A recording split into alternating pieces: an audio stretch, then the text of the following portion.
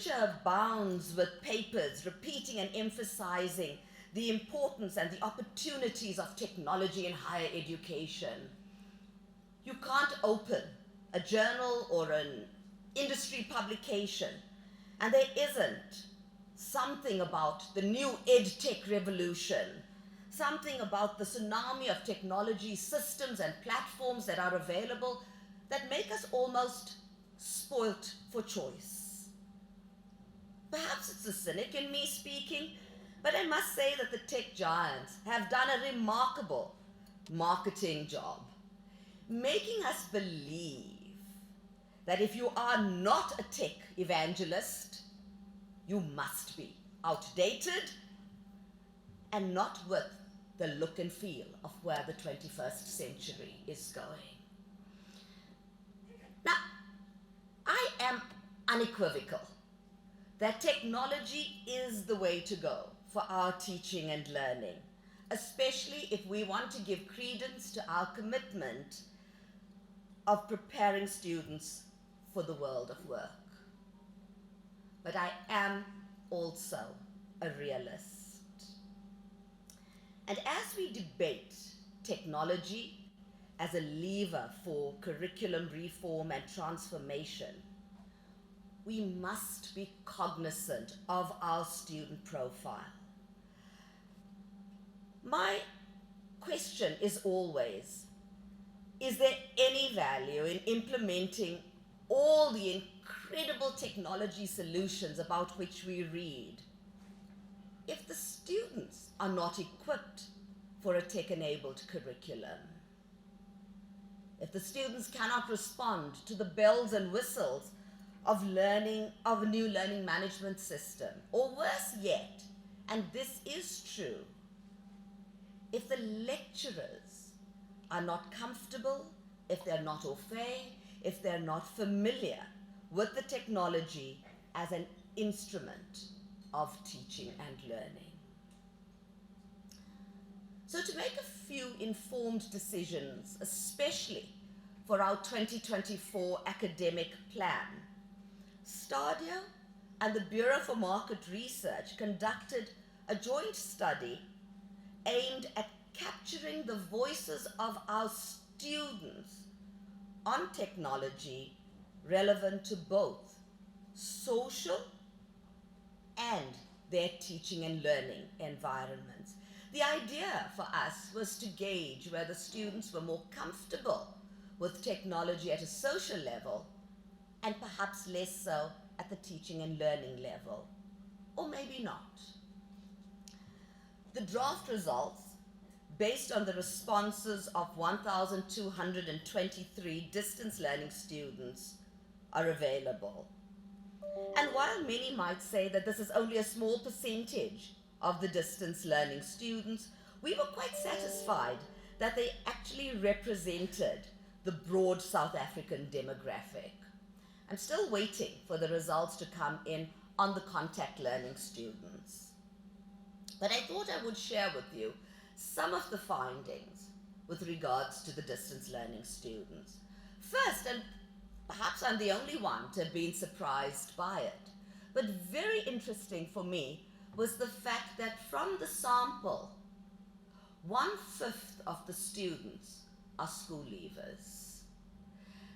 Whilst we always operated on the belief that our distance learning students are adult learners, the mature students, if we take into account that 1/5 of a sample of 1,220 are school leavers, and it's not a natural extrapolation, but think about what that means for the 18,000 distance learning students that we have, and what that might mean for teaching and learning when it comes to distance learning. Because I'm a firm believer that distance learning for your adult, mature student is not going to be the same ball game as online distance learning for your school leaver. So that, I believe, is something that we will need to look at, and what I've asked the BMR to do for me is specifically sift out the responses from the school leavers and from the adult learners, because I'd like to gauge whether there was a difference in the way they approach it. For now, I don't have those results. I also, as I said, don't have the contact learning results. So I will share some of the distance learning results. I've made a deliberate effort to leave out my adjectives and to leave out my views on what I think about some of the data. And I will leave it to you to draw your own conclusions.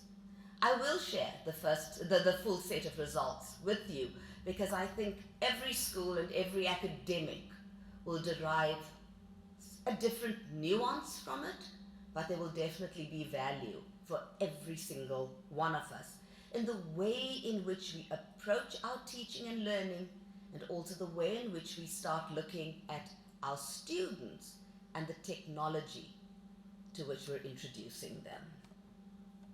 So just to paint a very quick sample of the, quick picture of the sample that we had, in the distance learning group of distance learning respondents, 40% of them were from the School of Education, which means that 60% came from our traditional distance learning environment at the Krugersdorp campus.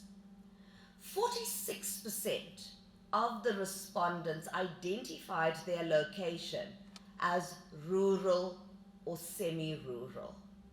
So from the respondent population, and it's important when you listen to the results, we're talking to at least half of the sample being rural or semi-rural. 70% of this sample agreed that their access to technology was acceptable to very good. Now, I think that's a good finding, because we often talk about, oh, our rural students don't have access to technology. So on the one hand, I raised the positive of at least 70% of them saying that they have acceptable to very good technology resources. But then again, I sit and I think, and I know I promised I wasn't going to give you my views, but for those of you who know me, that's a difficult thing. I always have an opinion. I would worry about that remaining 30%.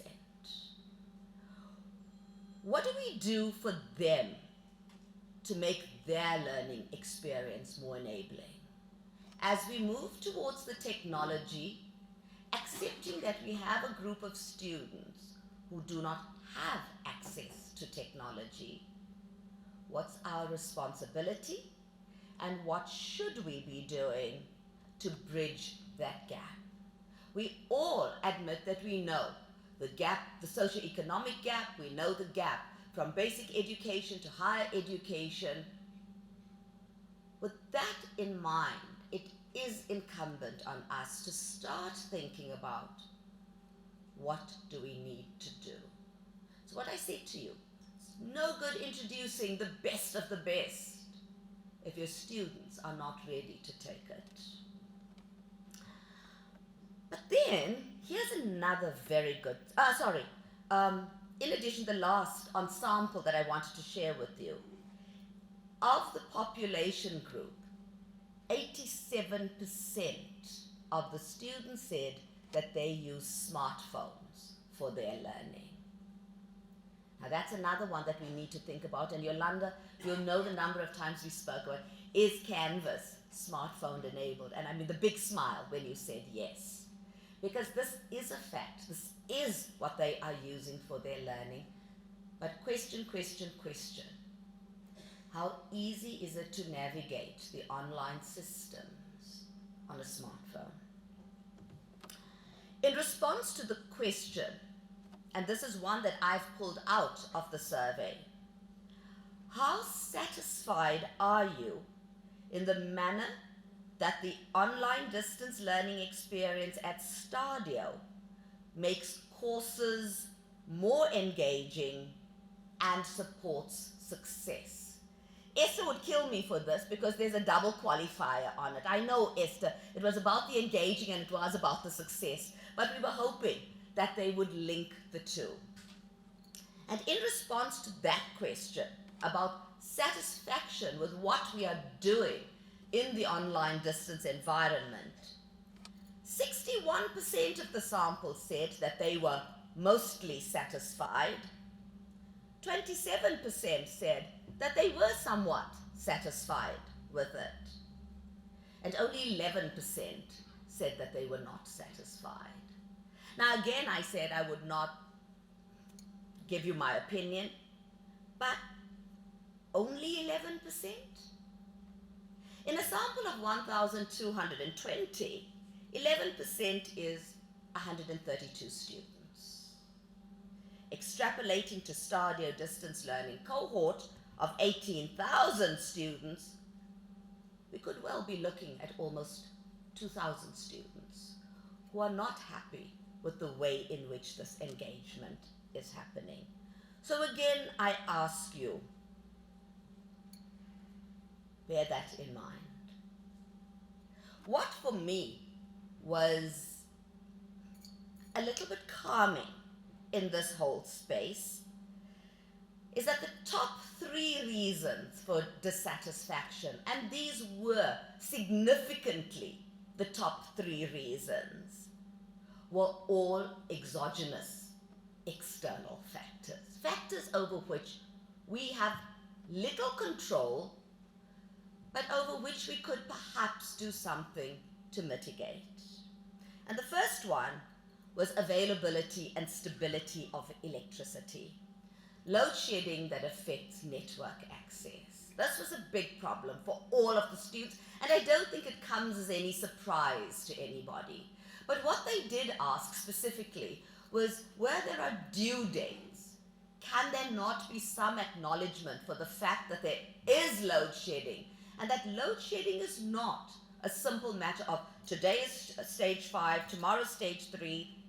In a day, it changes from 5 to 4 to 6. That was one of the issues raised.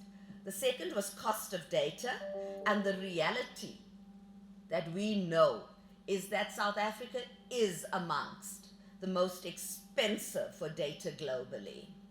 Students said that they spent on average, and it might not sound a lot, but it did seem to be something of a concern. Their average was between 4,300 and 5,000 rand a year on data. And the third factor was limited connectivity. And that perhaps aligns with the fact that almost 50% of the sample were from rural or semi-rural home environments. The first internal factor came in at number 4. And it was a concern that lecturers appeared not to be trained to deliver online lectures because many simply read from the PowerPoint slides. Now that's something that we can do something about. Again, it's not the general trend. It is an exception. But as we look at making our offering better, this is something that we have looked at.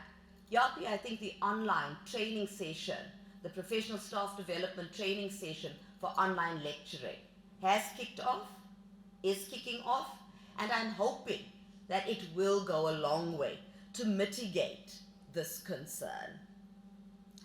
Online lecturing is not simple. It really, really is not. We think it is, and with emergency, with the pandemic, with the emergency move to remote teaching and learning, students were more prepared to accept that many institutions were not quite prepared.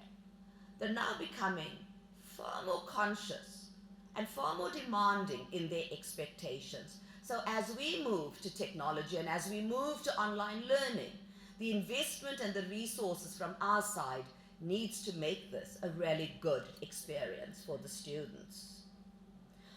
On the positive side, however, I want to emphasize that 91% of the sample, and this is a whopping 91%, confirmed that the technology experience with learning had materially improved their work capabilities. And this really is one of the things that we talk about. Getting students to navigate the technology in the hope that it gives them the necessary skills or enhances their skills in the workplace. Students highlighted the fact that their overall technical skills had improved. And this one is specifically for you. I selected it because I said I was going to look at you. I only wish that Chris was sitting here as well so I could look at both of you. And the student said, and this wasn't an isolated statement, at first it was difficult, but now it's made learning fun and interesting. And that's an accolade to all of the academics sitting here today. Canvas makes everything so much easier for distance learning. So I think that we're on the right track with Canvas. To all the naysayers and to all the people who still say to us, why did we go to Canvas? It's a good system. Look, it doesn't get rated as the best in the world just because somebody thought it should be. It really is a good system.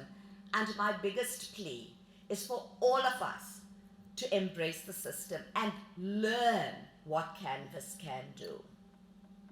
It was therefore not surprising then that 87% of the respondents strongly agreed that STADIO must use technology for teaching and learning. So it's a no-brainer. It's what our students are looking for, and it's what the world is looking for. 81% agreed that all higher education curricula should include a module on understanding technology for online learning. So Karina, it goes beyond EUC. And it's really what we're talking about is academic success. What is it that we need to start thinking about as we probe academic success? Do we need a startup, a bridging, a first module in the first semester of every curriculum that introduces the students to technology for teaching and learning? Interestingly, these findings concur with several other recent reported studies which show more and more that students are acknowledging the need for and the importance of technology. The days of the tech agnostic, the days of the students saying we don't want technology, even the adult learners, are long gone. But what this study does, like many of the others, is it highlights the social and economic constraints that impede the use of technology. Students are not saying that they don't want technology. So I think that's a peg that we need to put in the ground as STADIO and forget about the notion that our students are not interested in technology. Our students don't want technology. Our students do want technology because our students see the benefit of technology for their learning experience as well as for their transition into the world of work. But like many institutions, STADIO is grappling with the need to adapt to a rapidly changing higher education landscape while addressing the disparities in access and in quality. Knowing the challenges and the constraining factors, however, helps us understand the cracks that need to be filled. And whilst I'm on record as saying that next year, I think I say it every year, but next year I really mean it. Next year we will keep change to a limit. We will keep changes limited. People are going to see us trying to improve and better that which is already available. And I can't do that alone. For that I need all of you. I need all of you to help, to think, to come up with the innovative ideas. We don't want a one-size-fits-all at STADIO. I would love to see lecturers sharing what they're doing in their different classes. And over the next 3 days, we will hear about strategy, we'll hear about policy, we'll hear about the practical solutions to bridge the gap between man and machine. We will share what has been successfully implemented at STADIO, and I was so excited to see the topics in the different parallel sessions, because all of these are practical examples of what people have been doing in their classrooms. But we will also interrogate other initiatives that may have failed and why they failed. I honestly believe that there is something for everyone over the next 3 days, and I hope that you will enjoy this program. My only request is that you use this opportunity to engage meaningfully with the presentations. For it is not every day that we get such a treasure trove of expertise within our grasp. The opening plenary is presented by a panel of experts with a very specific mandate, and that mandate was to provide a strategic basis from which the theme, technology-enabled curriculum reform, can evolve. And I have little doubt that they will all do justice to the topic. It is my absolute pleasure, therefore, to invite the first speaker, Dr. Whitty Green, to the podium. Dr. Green is the CEO of the Council on Higher Education and really needs no introduction. If there's anyone who doesn't know Dr. Green, you know the Council on Higher Education. But if you want to know a little bit more about Whitty, his short bio. And again, it's a bio, Whitty, that I noticed doesn't do you justice. I could go on and on and on talking about all that Whitty has done. But his short bio is in the program, which is in your conference bags there. Ladies and gentlemen, let's enjoy the conference and let's welcome Dr. Green to the podium.